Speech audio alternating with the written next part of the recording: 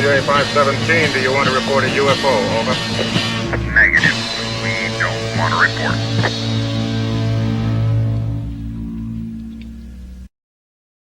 Look, it wasn't my worst Wednesday night.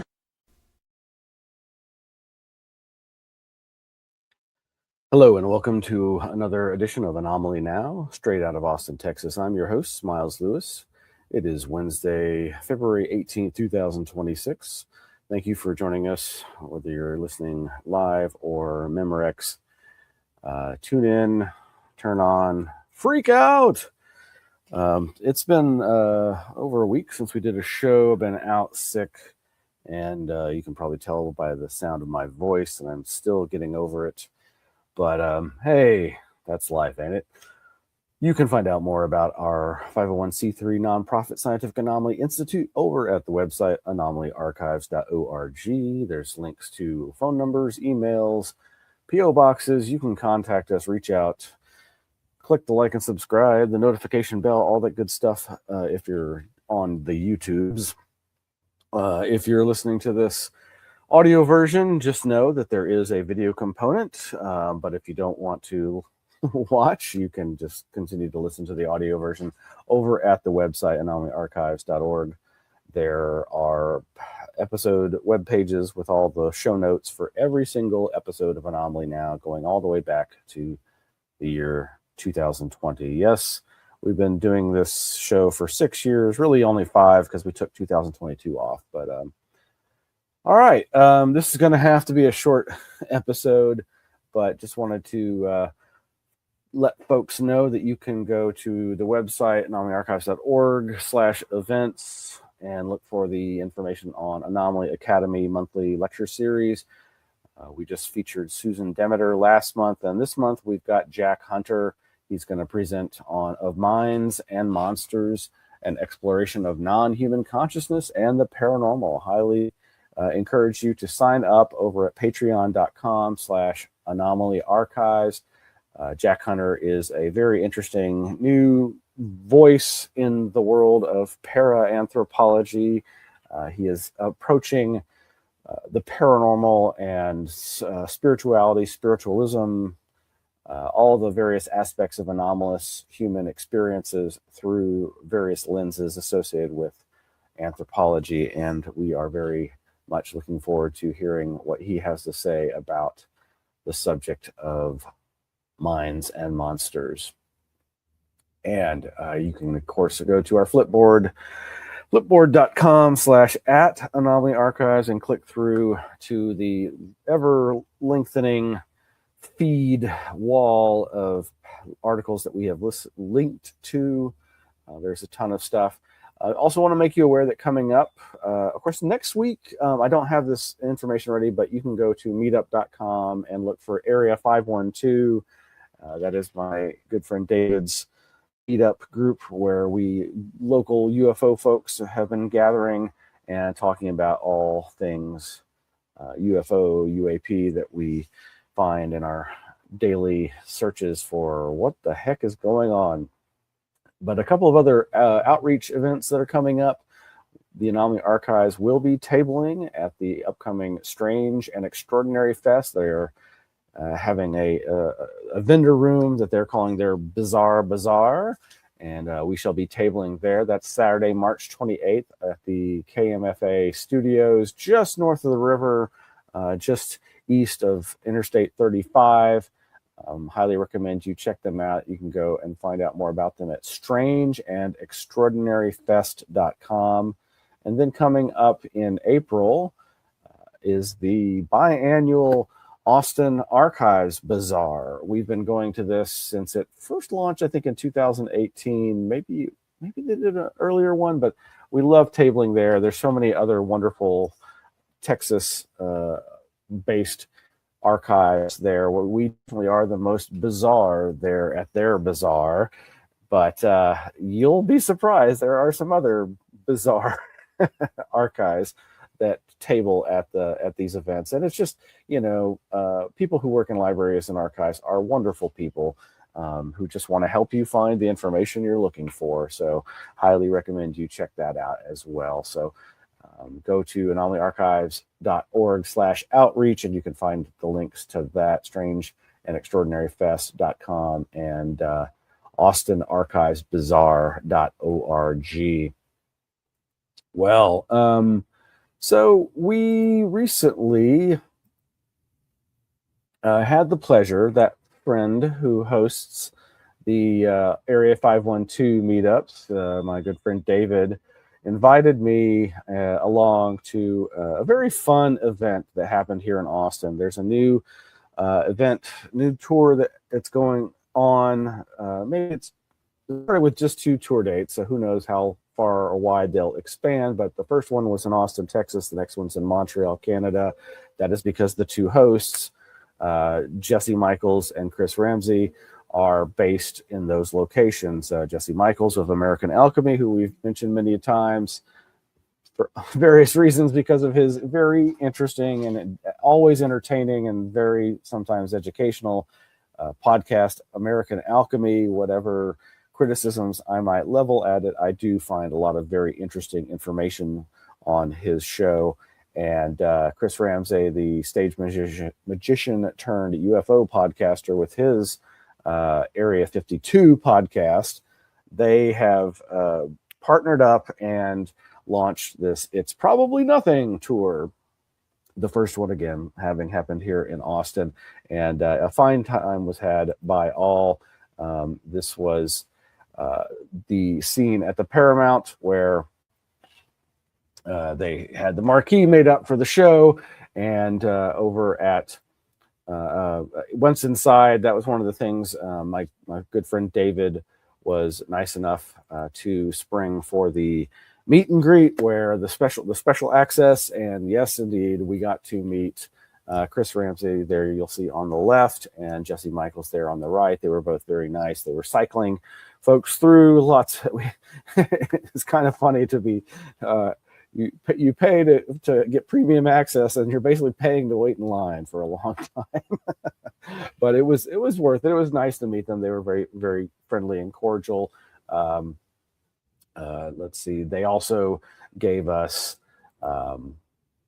They gave each of us a special file folder stamped with the It's Probably Nothing logo, and inside was a printout to accompany some photographs, one of the photographs being a famous or infamous UFO or alien case, and the printout being a explication of it, often a debunking of it. We looked at other attendees' file folder paperworks.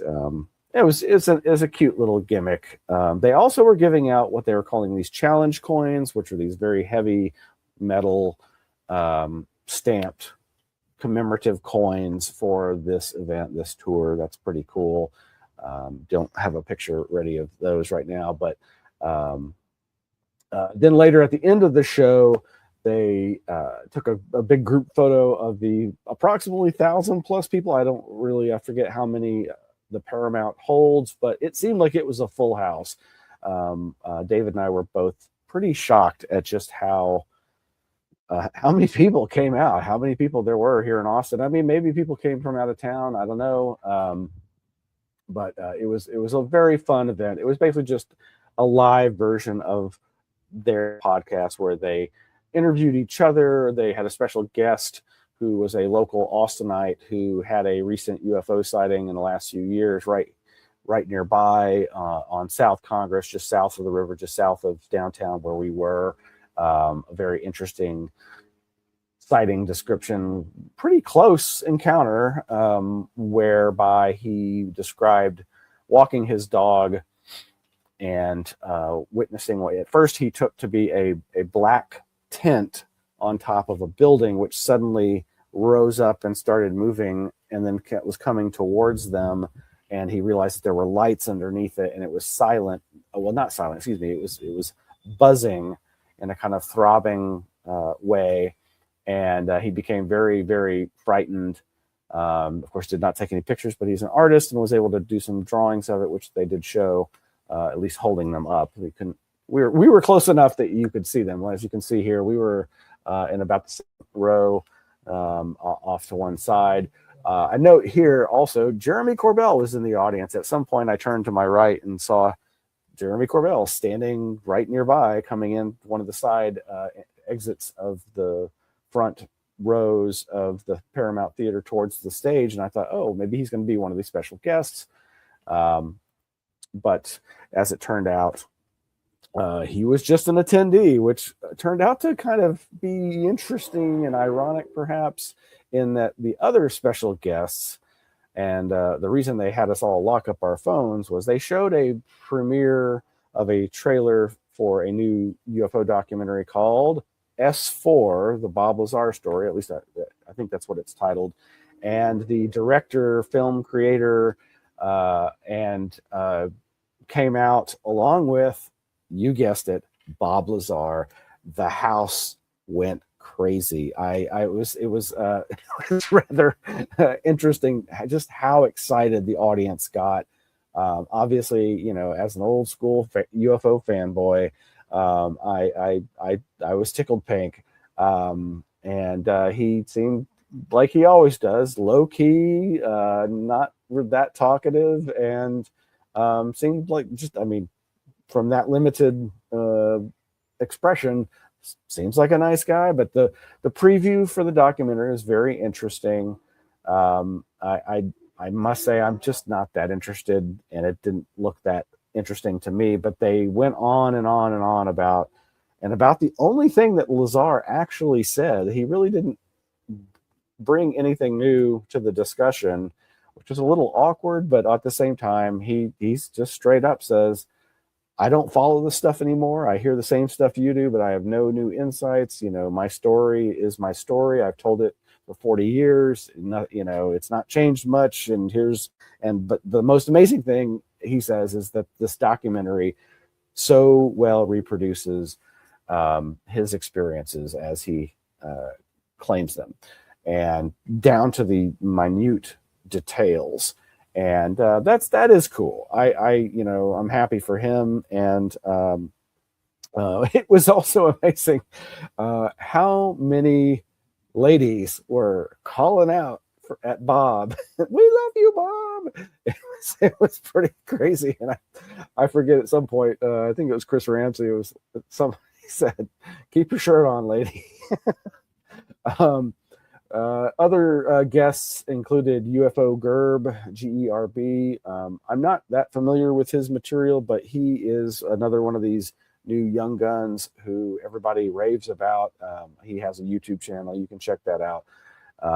But that was pretty much the extent of it. And while that doesn't seem like a lot, it went on a good length of time. And I really enjoyed just hearing them talk and ask each other questions. And they asked questions from the audience. And in fact, somehow our row that we were on was hot. They took like three questions that turned out to be all from our row. They didn't take my question, which more or less amounted to, can you expound upon the influence of billionaires on the UFO community? Wink, wink, nudge, nudge. But they did ask my friend David's question, which was basically, I think I had him repeat it to me, but I'm sorry, David, I don't have it with me right now. But basically, it amounted to like, what aspect of reporting on UFOs do you think doesn't get enough coverage, and how have your views changed? I think that's what it was.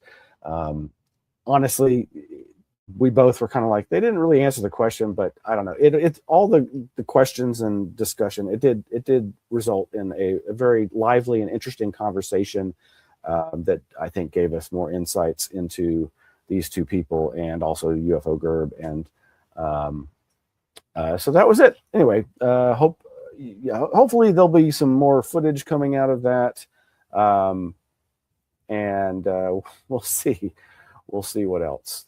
All right. Meanwhile, back to it. Oh yeah. Well, I also wanted to just mention that I also ran into our good friends Ben and Joe from UFO Garage podcast. They were in attendance. It was great to see them in person. Again, it's been, gosh, I haven't seen them in person since I first met them. back in February 2020 when they went through the archives and did that great tour video. If you've never, there's a great tour video. If you go to the Anomaly Archives website, on the sidebar is a link to the tour video. It's short and sweet, and I'm very thankful that they came by and were so supportive, and they have been so supportive. They, thank you, Ben and Joe, for all your support of the Anomaly Archives. You've had me on the show several times, and most significantly, you and your audience raised money at our most our most time of need several years ago, and we greatly appreciate that. And folks should check out their documentary Experiencer. You can find out all about all their stuff at ufogaragepodcast.com. But yeah, they did a new episode. It's about an hour and a half, called Our Experience at It's Probably Nothing, plus UFOs, science, and spirituality. Always entertaining. And they really, besides telling you more or less what I've said and their own remembrances of the It's Probably Nothing show, they have an interesting discussion amongst themselves that goes into that spirituality realm, and they really kind of discuss how their views have changed a little over time, and I found that very interesting. So now, briefly, I'm not going to go too far into this, but yes, we have a page. Excuse me.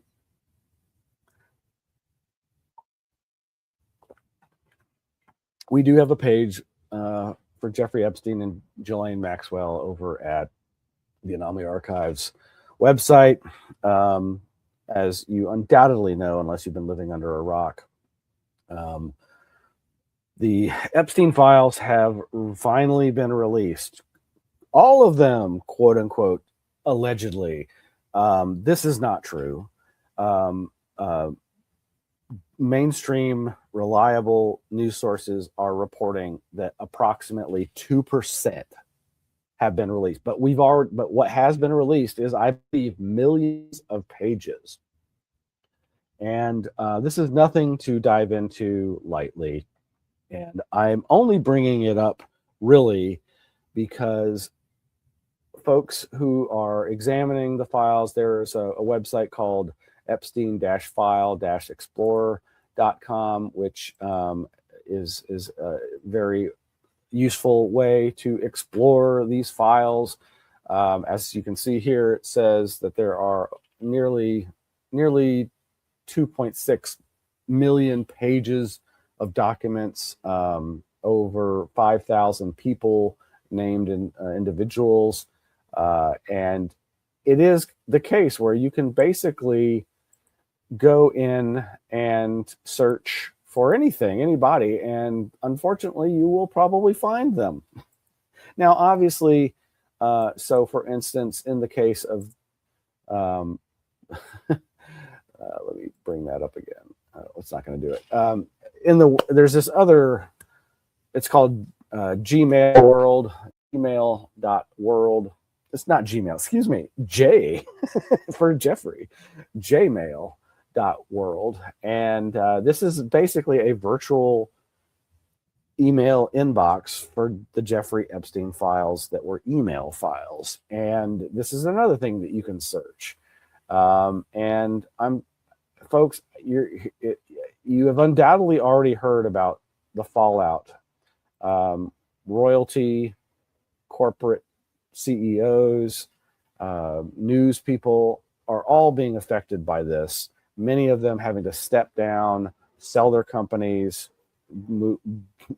go into hiding. This is the kind of thing that we've always expected. Anybody who's followed this subject has always expected. But again, this is just the tip of the iceberg. While the administration tells us that there's nothing more to see here, that they have released all that they are going to release, even though, as we say, it's approximately 2% of what they have. There's just so much here. Now, how does this relate to the Anomalous? Well, as you explore the files and the emails, what you discover is that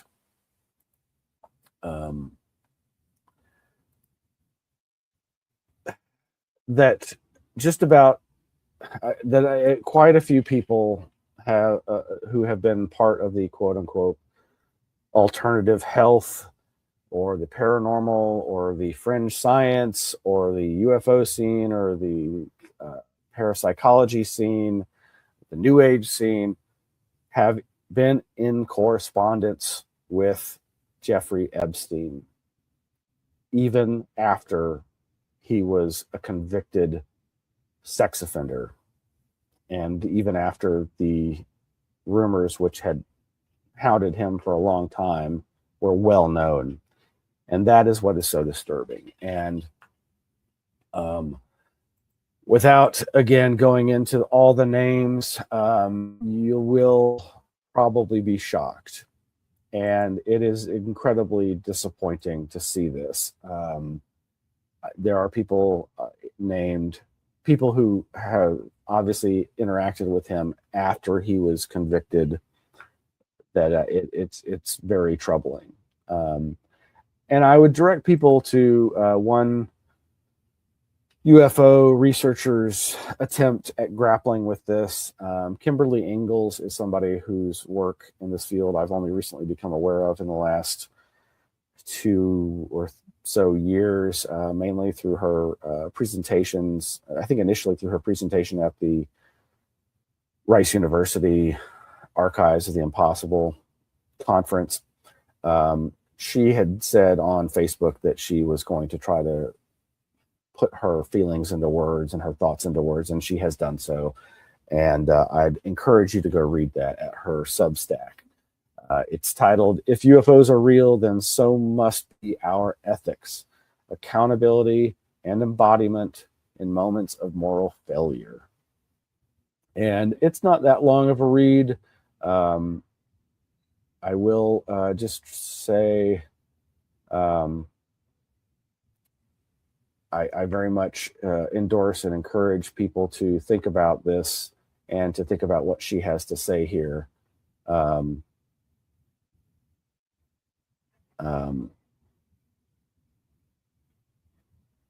Yeah.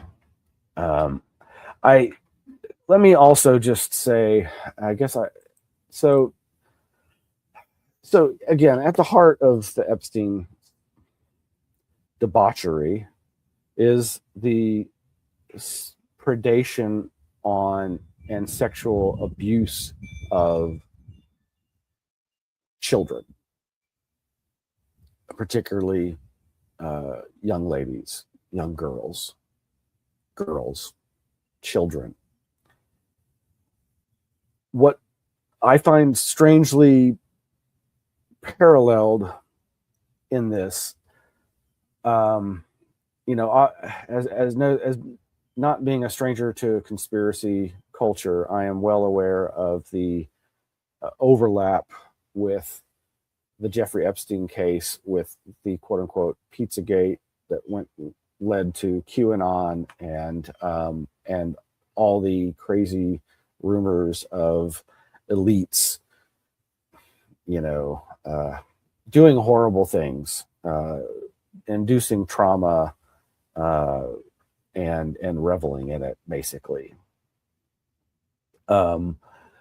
What's strange to me is the weird overlap with the UFO scene. So among the people whose name you'll find in the Epstein files is somebody associated with the Skywatcher program. And one of the things that, if you followed the Skywatcher program, this is the program that employs alleged former legacy program employees, Jake Barber, who have claimed that they used to work in the black world to plug leaks of the legacy program, and that they have become on the good side and are now working with this corporation to use technology as a dog whistle to call in UFOs and document them, and ultimately to get one landed and to capture it. Now, what's really interesting to me is the connections between Jake Barber and another whistleblower, alleged whistleblower, who he claims he went and saw speak, and I think is how he met Stephen Greer. And it's somebody in Greer's circle, and I think also Jake Barber, who claimed that what this other, Herrera is the last name of the whistleblower I'm talking about, I believe. Herrera talked about doing a special op in a South or Central American country or island where he says he and others witnessed a landed UFO, an octagonal UFO, which was having pods loaded onto it and took off and was guarded by hardcore military security that threatened them with death. And he was given the impression, and it's been suggested, I believe, by Jake Barber and others, that what they were transporting in that reverse engineered human flying saucer, it was a case of human trafficking, that these were people, and I believe it's been suggested that they were children. And this leads into this whole idea of all these different secret programs that have been done, all these research projects and recruitment projects that have been done by our government and others to find special children with psi abilities. So this just gets into some very weird overlap and connections. And I'm just going to leave it there because I don't have that much energy or the brain power at the moment to go into all of that. But you can see why this is a deep, dark rabbit hole that I don't want to spend much time going down at the moment. But it reminds me of this other thing I just saw over at thedebrief.org. Chrissy Newton has done an interview with a researcher, and she's accompanied it with this article. A forgotten ESP study from 1943 is raising new questions about experiments on Canada's Indigenous children. Yeah. This is, again, not the kind of thing that I'm completely unaware of, but there's so much work, so many things that have yet to be uncovered, so much work that remains to be done. And this researcher, I'm going to mispronounce his name, Maingan, Linklater, a researcher and Anishinaabe member from the Lac Seul First Nation and the Ojibwe First Nation band government located in Ontario. He's the person that she interviews. He's the one doing the research. There is a link there to the YouTube video, Human Testing Government Programs and Unverified Claims. Yeah. Moving right along as we hopefully home in on and into this very brief episode of Anomaly Now. Over at Society for UAP Studies, they have a page for their new UAP Studies seminar series, Foundations of a New Field, Advancing a Rigorous Academic Framework for UAP Research. This is launching this month, tomorrow on February 19th. You can find more there about, let's see if I can, oops. Now I am, oh, there we go. Yeah, so the first class course is with Steve Fuller, launches tomorrow, Why UAPs Are Intrinsically Good to Think About and with regardless of their ultimate reality. Rich Hoffman is presenting on March 5th toward a coordinated, cooperative, global instrumented study of UAP. Of course, he's with the SCU, Scientific Coalition for UAP Studies. And then on March 19th is Massimo Teodorani, Instrumented Physical Investigation of UAP, Methodologies for Discriminating Between Engineered Craft and Plasma Phenomena. Fascinating. And as previously alluded to, Kimberly Ingalls, April 30th, presenting Resisting Narrative Flattening, Epistemic Justice for Experiencer Testimony. So these look like they're going to be some great courses. I do not believe they are free, but if you want to support the SUAPS, the Society for UAP Studies, or you're just really interested in these presentations, highly encourage you to go check that out. All right. And so the other big news, such as it is, was this interview by Brian Tyler Cohen of former President Obama. Oops, is it going to play? Come on now. Don't leave me hanging.